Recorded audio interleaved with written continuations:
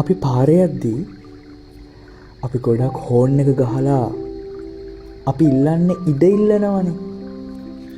හැබැයි ලේසියෙන් ඉඩ හම්බ වෙන්නෙත් නෑ. අපේ ලංකාවේ පාරවල් වල යද්දී නම්. හැබැයි මේ නලාව ශබ්ද කරලා අපි ඉඩ ඉල්ලනවා. හදිස්සියේ යන අය ඉන්නවා. ඉක්මනට යන්න ඕන අය ඉන්නවා. වේගෙන් යන්න ඕන අය ඉන්නවා. මේ හැමෝම ඉඩ ඉල්ලනවා. ඇම්බියුලන්ස් එකක් යද්දි එහෙම අපි අපේ වාහන අයින් කරගෙන පැත්තකට ඉඩ දෙනවා එකට යන්න. හදිස්සියක් නිසා. ඉඩ දෙනකොට අපිට අපි අරගෙන තියෙන ඉඩ තවත් කෙනෙක්ට දෙන්න වෙනවනේ. මේ ඉඩ දෙනවා කියන එක ලේසි දෙයක් නෙමෙයි. ඒකනේ වතු වලට එහෙම නඩු කියන්නේ. අපිට අයිති වෙන්න තියෙන ඉඩක්. මට එන්න ඕන ඉඩක් තවත් කෙනෙක්ට යනවට අපි කැමති නැහැ. ඒ නිසා අපි ඒ ඉඩ අපි ඉල්ල ගන්නවා. ඉඩ අපි ගන්නවා. අපි හදන ගෙදර තවත් පිට කෙනෙක්ට ඉඩක් අපි දෙන්නේ නැහැ.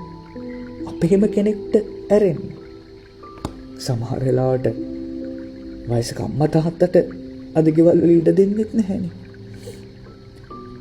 අර ඉඩ දෙනවා කියන එක හැමතිස්සෙම දෙනවා කියනවට වඩා අපිට දැනෙන්නේ අපෙන් ඉඩ යනවා. ඒ නිසා දෙනවා කියන එකට වඩා මගෙන් ඉඩක් යනවා. අපි අන්න එතන අමාරුවක ඉන්නවා. අද අපි සමරනවා ගාබ්‍රියෙල් දේවදූතයා දේවමාතාවන්ට මංගලම් කීමේ මංගල්‍යය.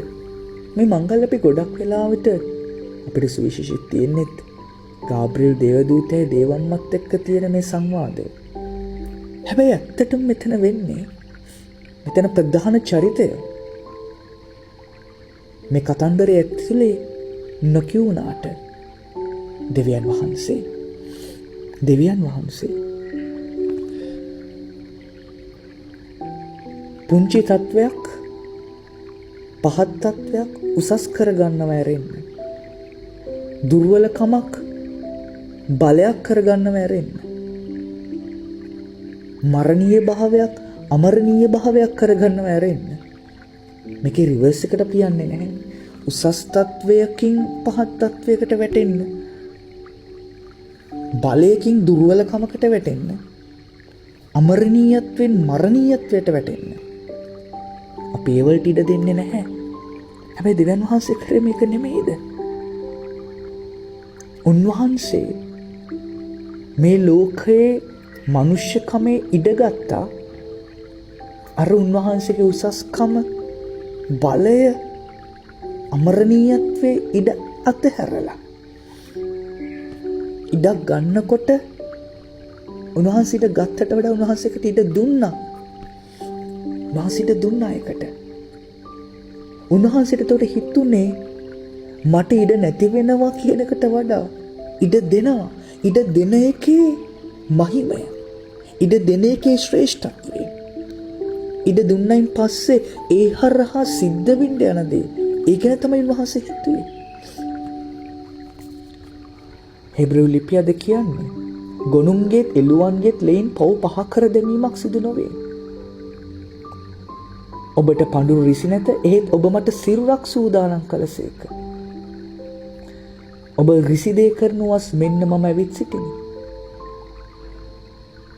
දෙවියන් වහන්සේගේ උත්තරය උනේ එකයි, රෙස්පොන්ස් එක. සිරුරක් සූදානම් කරා මොකටද?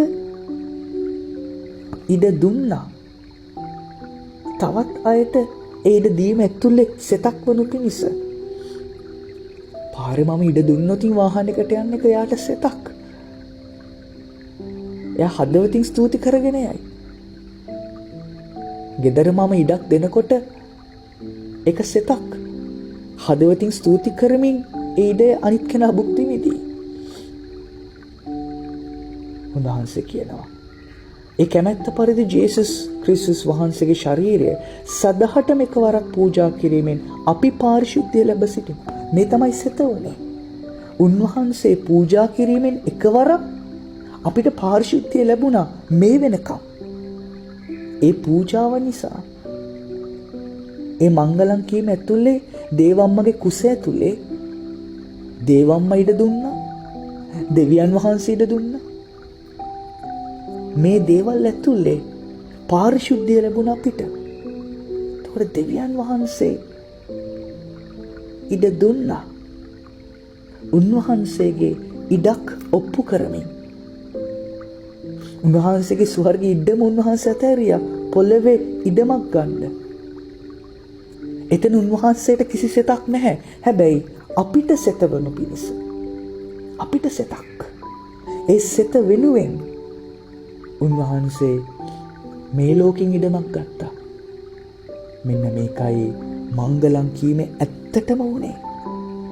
දෙවියන් වහන්සේ ඉඩමක් ගත්තා. මේ ලෝකයෙන් උන්වහන්සේට තිබ්බ හොඳම ඉඩ අතහැරලා